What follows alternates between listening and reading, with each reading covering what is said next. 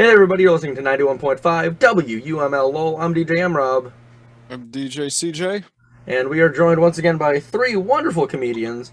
This time a little different. Normally I promote stuff at One Broadway Collaborative in Lawrence. This is to promote the first of several shows that I'm promoting at RG's Pub in Haverhill. So this is I guess unfortunately, a 21 plus show, but I'm running these shows with Alexander Sabot, depending on how you know him, and of the Grubs, and he's doing the music side of things, and he's taking care of all that. But this show is going to be about an hour and a half of comedy, followed by about 3 hours of music. And if you want more information about that, you can follow me at Malice Comedy on Instagram, and I'll plug that again at the end of the interview. But in order of them being on my screen, we are joined by Max Kaczor, Kevin H Brady, and Tim Ciampa. We'll start in the order I just said all you. How are you doing? Doing good. How are you? Doing well. Little bit of a busy, hectic day, but that's all right. All good things. Kevin, how are you doing?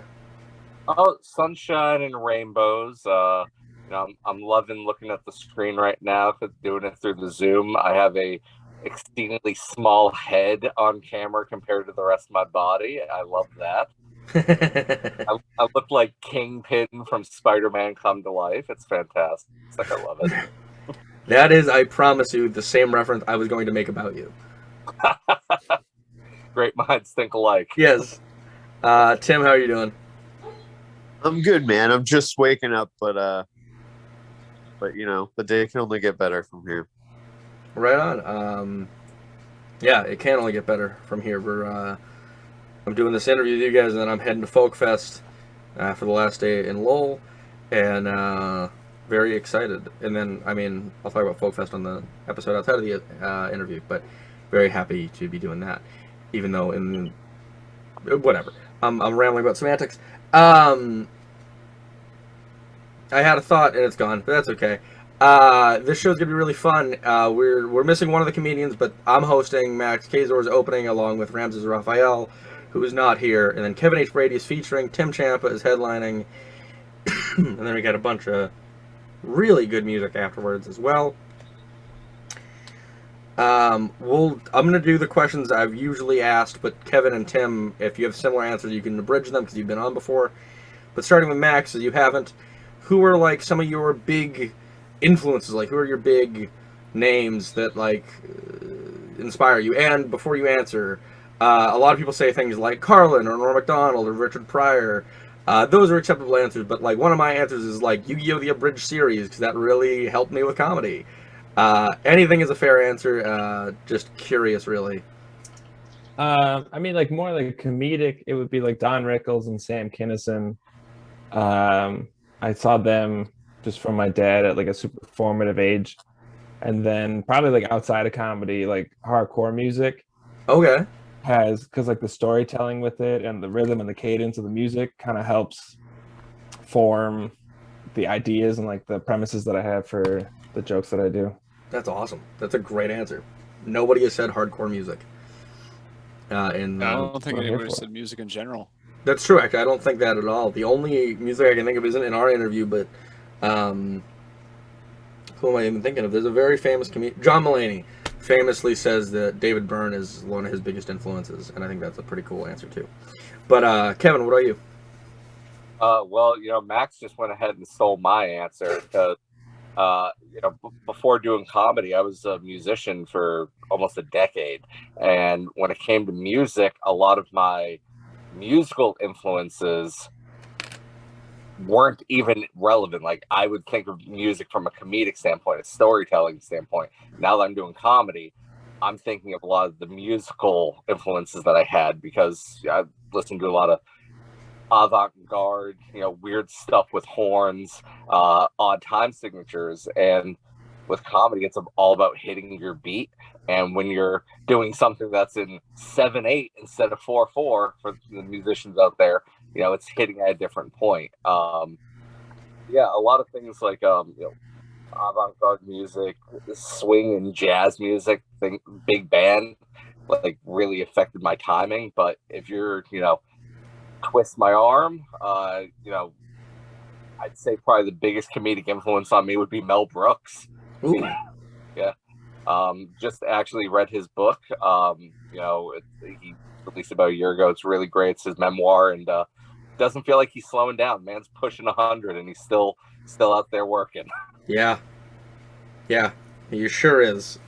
He sure is, and that's another great answer. I mean, I'm shocked no one has said Mel Brooks yet.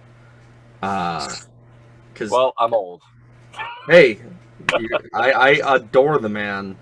I'm very sad I didn't get to go to his what was it, Carnegie Hall performance he did a couple years ago.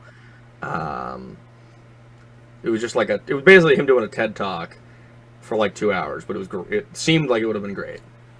Yeah. Tim, what about you? Yeah. Well, I also was a musician for a lot of years before this, and I think music definitely informs comedic rhythms and stuff like that. Even sometimes when I listen to rap, like the main thing I'm looking for is like a punchline, like something that like really hits in like a clever way. And so I always tried to write clever punchline style lyrics back when I was a songwriter. So I definitely think that comes into play with my joke writing. But in terms of, who kind of helped me form my sensibilities and all that, the first two stand-up records that I ever listened to were Jerry Seinfeld and Mitch Hedberg. And I think in a lot of ways they're still two of the biggest influences on me stylistically. I'm not really an observational comic, but I just kind of his traditional approach to stand-up writing, I think has stuck with me. And then Mitch Hedberg, even though I'm not a one-liner comic, I try to write my sets so that like basically every other line is a punchline. And I think the one-liner approach and getting really into that helped me kind of orient my writing that way. Fantastic. Great answers, everybody. Wow. And I rarely hear Mitch Hedberg and Jerry Seinfeld in the same sentence. So that was kind of cool too. I guess we'll go in reverse order, so we'll start with Tim. What was your big oomph, your push to start doing this? Because everybody has a different story. Everybody's got some other reason that they started doing stand-up. Yeah, I started late. I started when I was like 33, and I had always wanted to do it. I was big into stand-up growing up. Ever since college, I would say I wanted to try stand-up, but I had too much stage fright to actually just get up and try it. And I think I just got to a point in my life in my early 30s where I just felt like something was missing, and I needed some sort of creative outlet, or I needed to do something. I was just kind of bored with my life. And so that finally gave me the push that I needed to get over my stage fright. And so I finally tried it. And it went well enough that I, kept coming back. And then the first time I was getting consistent laughs, I just immediately fell in love with stand up and knew I'd probably be doing it for the rest of my life. That's awesome. Kevin, what about you?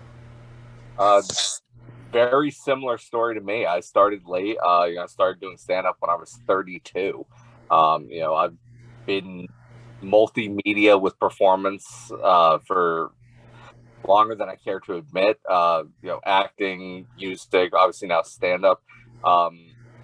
It actually resulted from a kind of messy breakup with the band I was in, and I will stand by it. Fight is the best motivator of all. I said, you know what? I'm not going to have other people dictate my creativity and, say I can or can't do something. And, I was living just outside of New York City at the time. And I said, I'm going to go to an open mic and just see if I actually have the ability to stand on stage for 5 minutes and not, wet myself. And, no, I stand by it. The worst thing that could have happened to me at that first open mic, I went up there and told jokes and people laughed at them. If I went up there and was terrible, I never would have done it again. But yeah, man. Right on. Max, what about you? It's very similar. I started when I was 25, so not in my 30s, but I was living in Madrid, Spain at the time, and my friend Jake out there is a comedian, and I would go to his shows like every week, and then talk a big game like, oh, next week I'll go up, next week I'll go up, next week I'll go up. And eventually he was like, Max, just either do it or shut up. And so I texted the promoter and I got on a show and I did 5 minutes in front of like a sold out crowd. And I was like, this is insane. And then 2 weeks later, the pandemic started and I couldn't go up again for another year and a half. So. Yeah. What a tease. I know. Wow. Wow. All right, we'll start with Kevin, which may be unfair to Tim because you may have similar answers. I think you come from the same area. But I've never asked this question, but I'm curious. Who is like one comedian that is like in your local scene that you would like suggest people listen to? Oh, really twisted my arm here. Honestly, there's a lot of really good comics in Central Massachusetts. Right. Obviously, I'm not going to break my arm, pat him on the back, but I did a show with Tim a couple weeks ago up in Maine. I've done mics with him. Tim's fantastic. I definitely recommend, have time checking out what Tim's doing. But thanks, man. The least I can do. I mean, you're staring at me. The least I can do is say something nice about you. Actually, a guy that I just performed with a couple times that same weekend up in Maine, Ian McDonald, real funny dude. Like dry, almost like Stephen Wright type comedy. I think you'd love him. A friend of mine from before even doing stand-up comedy in Central Mass, Tom Sargent. Like a funny guy just to hang out with.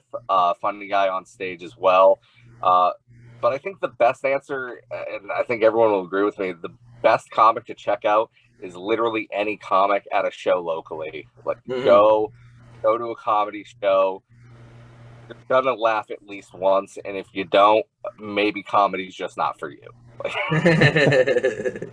don't watch Netflix. Yeah.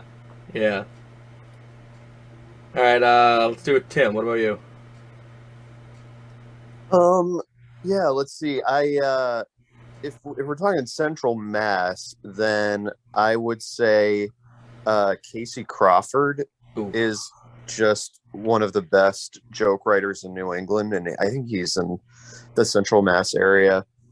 He headlines a decent amount in the area, so if people would love to see Casey Crawford, I'm sure. Also, trying to think if there's anybody else immediately in Central Mass.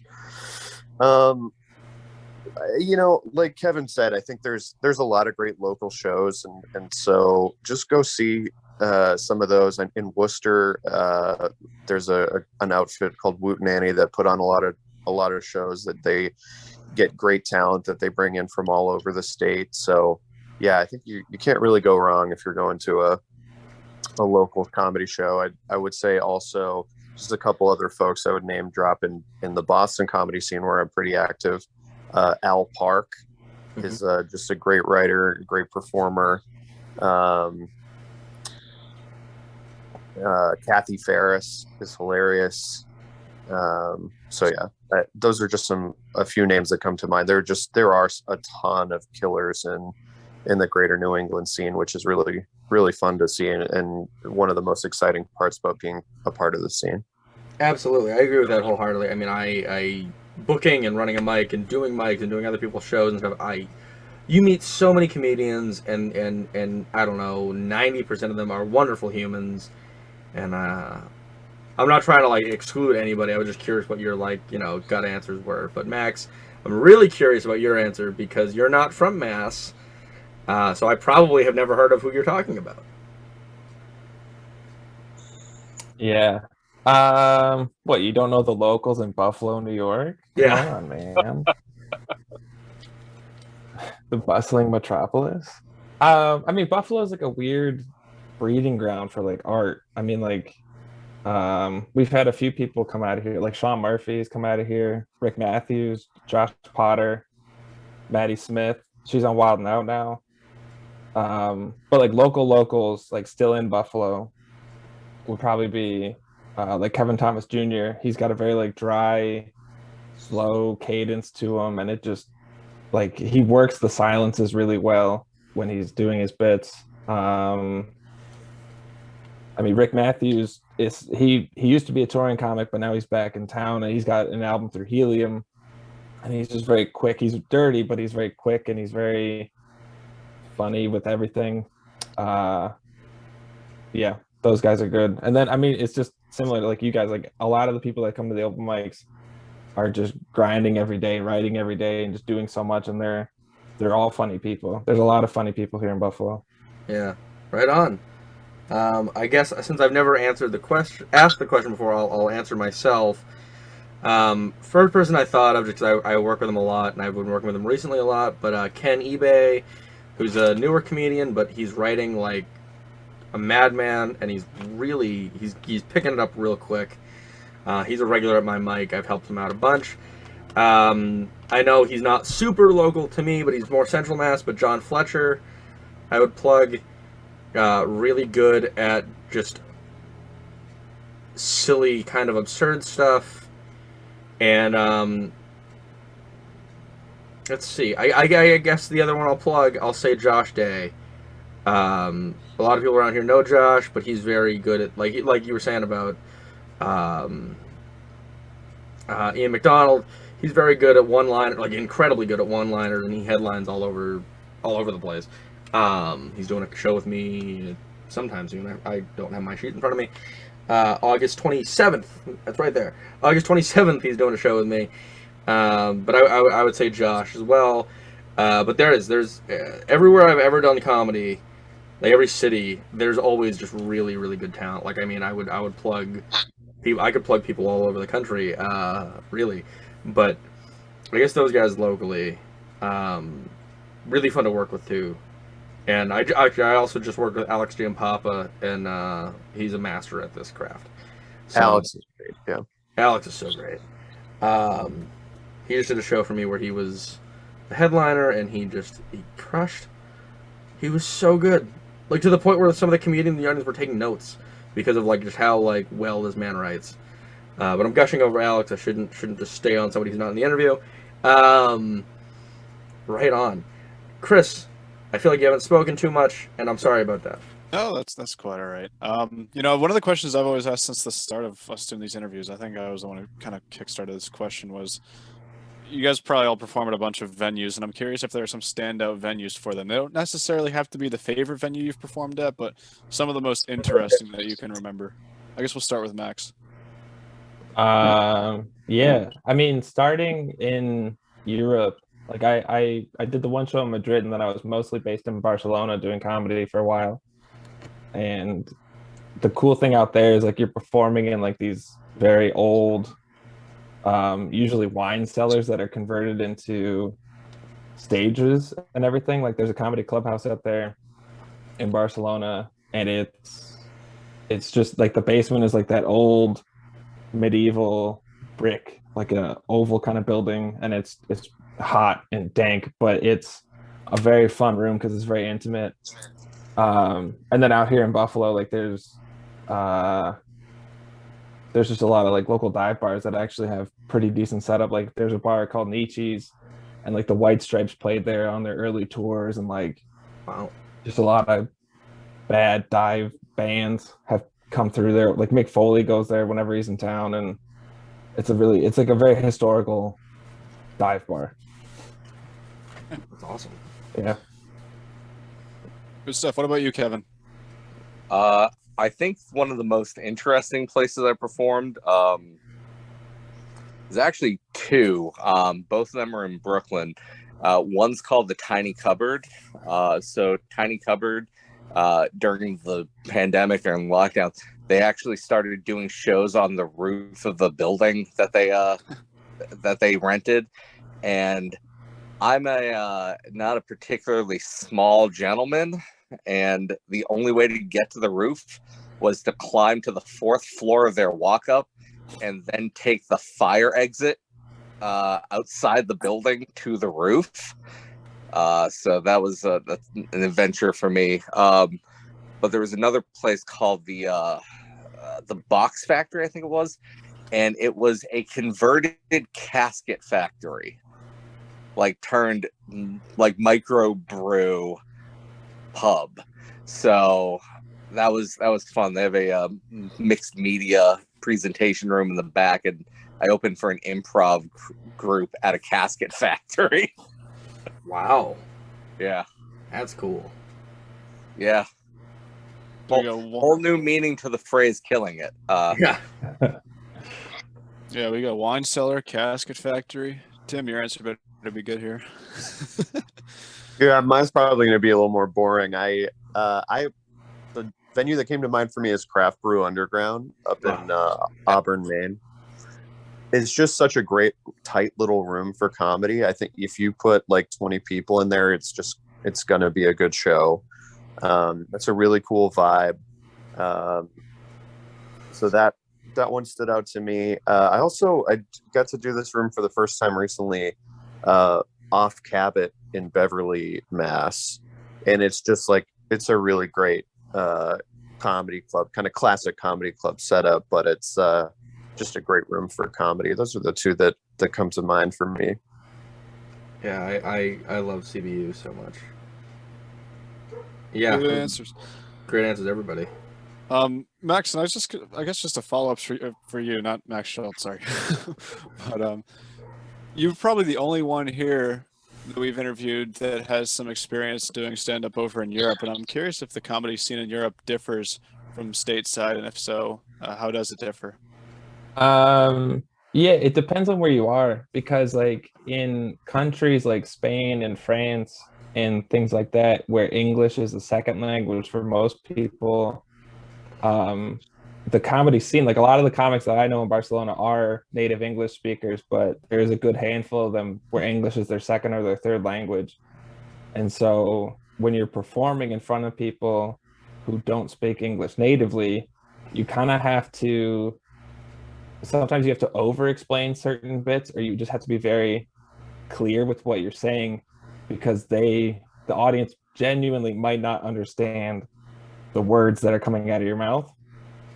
And you kind of notice this thing where you're delivering your punchline and you just see people start smiling. They don't necessarily laugh, because, and it's usually like slightly delayed as well, because like they're still processing what you're saying half the time, which is like a bit of a weird phenomenon, because it's like you're on stage and you see that they're understanding what you're saying, but it's like, I need you to make a sound, please, you know? And then like in England or like Ireland, where English is the first language, it's very it's a lot easier to get a laugh or an applause break, because they're processing it 100% at the rate that you're saying it. And yeah, you got to deal with people with different accents and trying to like think about that. And then also like real local stuff. Like when I started there, I tried to make a joke about something American and they just didn't get it at all. So you kind of have to write more worldly in a sense. Yeah, interesting. I guess I never even thought about that. The language barrier that you have to deal with. I mean, that's obviously a massive thing in comedy. People have to understand what you're saying for it to be funny. Yeah, interesting insight there. Yeah, it's definitely fun. If anyone's ever out there, it's definitely 100% worth going up anywhere in Europe. There's a lot of really cool scenes out there. Cool. If I'm not mistaken, Tim, have you done Europe? I grew up in Europe. Okay. I wasn't sure if you performed there. No, I haven't yet. No, it's on my bucket list, but I haven't yet. No. Okay. Cool. Well, I was really worried you were going to be like, no, why would you associate me with Europe? I was like, well, no. I see how you got there. Yeah. Right on. I like asking this question because it has no stakes whatsoever, but it's kind of fun for me. Who are you guys' favorite Simpson characters that are not part of the Simpson family? And Kevin is reeling right now, trying to think of any character. But Tim, I guess we'll start with you. starting with me. Yeah. I think I gravitate toward Mr. Burns. Okay. I just think he's like such a perfect distillation of like corporate greed that he stands in for, but they squeeze so many great jokes out of him, so many great lines and moments. So that's who stands out for me. There's definitely some situations in life where I'll answer the phone and say ahoy hoy, and most of the time people are like, "What are you doing?" And I'm like, "It's Mr. Burns. It's Conan O'Brien's arguably greatest joke." Kevin, what about you? I too also answer the phone occasionally, ahoy hoy. I also answer it mushi mushi. So if you're familiar with the Mr. Sparkle episode of The Simpsons, my wife hates that. But if I had to pick one, I would have to pick comic book guy, because I know way too many people like him. And depending on the conversation, I am him. So I think that would have to be my favorite, like, secondary character. All right. I just, growing up as a nerd, like that's just, you deal with people like him all the time. Yeah. I mean, he would be the first to say it, but the comic book shop in my town, the guy looks like comic book guy. Yeah. There's one in every store. Yeah, for sure. Max, what about you? I think this might lose me points with the people of the public, but I think the only Simpsons thing I've ever seen was the Simpsons movie. Wow. I've seen like bits and pieces of episodes, but it just never clocked my radar when I was growing up. All right, no worries there. Yeah, you know what, Max? I'll come by your defense here and say that I'm kind of in the same boat, except I don't even think I've seen the Simpsons movie. Yeah. Wow. That doesn't shock me with you, Chris, knowing. Yeah, because you know I'm uncultured. This is no secret to you anymore. You said I'm kind of new to The Simpsons, just because my parents were really religious growing up, so I wasn't allowed to watch The Simpsons. And me and my wife a couple of years ago just started watching the whole series, and so I had always seen like episodes here and there. I've seen a lot of like Treehouse of Horror stuff, and I had seen the movie and all that sort of stuff. So I wasn't like totally uninitiated, but it was my first time actually watching through the series. Worth doing, you think, to somebody who's never done it? Absolutely, yeah. I mean, it's just like so much great joke writing packed into, especially the early seasons, you know. And I was kind of blown away by how much it holds up. It does. It's timeless a lot of the time.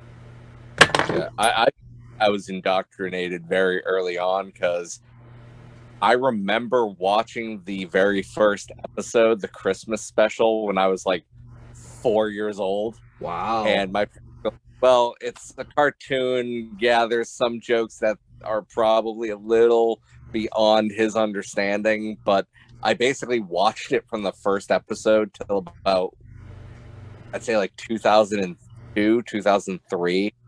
And that was when I kind of checked out on the series. And it's evolved. It's been on for 30 plus years. So every generation has their own take on it. But for me, yeah, the best comedy writing of the late 90s was on The Simpsons. You know, I don't think there's any real argument there. No, it's so well done. It's so well done, and I mean, I haven't seen probably the last 2 years, but I'm pretty much up to date on The Simpsons, and I agree. I think seasons 2 through 12 are the best, but I think it's still good. I still enjoy. You can throw on any episode anywhere in the series, and I enjoy it. Yeah, it's probably the longest we've gone on that question. That's all right. I should really switch it up and ask like a different show or something. Like I'm looking at a bunch of Muppet things. I should ask the favorite Muppet or something. But yeah, I am. We are here to plug and promote the show that we're doing at RG's Pub in Haverhill, 242 Winter Street in Haverhill, next Saturday the 6th at 8 o'clock. I am hosting, and Max Kaczor, who's with us right now, is opening along with Ramses Raphael, who is not with us. Kevin H. Brady is featuring Tim Ciampa is headlining. Chris will be happy from afar because I don't think he'll be there. But maybe, hopefully, one day. But I was going to wrap unless you guys have anything you want to plug. Anybody have anything? Max? Just come have fun and listen to me probably mispronounce, Massachusetts names. Do you guys want to plug your socials or anything? Yeah, Max Kaczor on everything, Kaczor, all over the place. Cool. I actually got 1 week to nail down the Boston accent. That's all I got to say. I'll try. Get it I got right. a 7-hour drive, so I'll practice. Yeah. Kevin? Well, obviously, the show at RJ's next week. RG's. Yeah, RG's. Did I not say RG? You said RJ. What? You know what? 3, 2. You can edit that part out. 3, 2. Yeah. Yes. So the show at RG's next week. I'll be at the Stone Church in Newmarket, New Hampshire, on Thursday the 4th, if you're in the area. But going to be out in California, middle of the month, for the Burbank Comedy Festival. For anybody who's in LA that somehow comes across this, come see me. But yeah, you can find me on any of the socials at Kevin H. Brady, because there is a politician named Kevin Brady, and the H is very important if you're trying to find me. I've never been to... It's funny. Tim, what about you, man?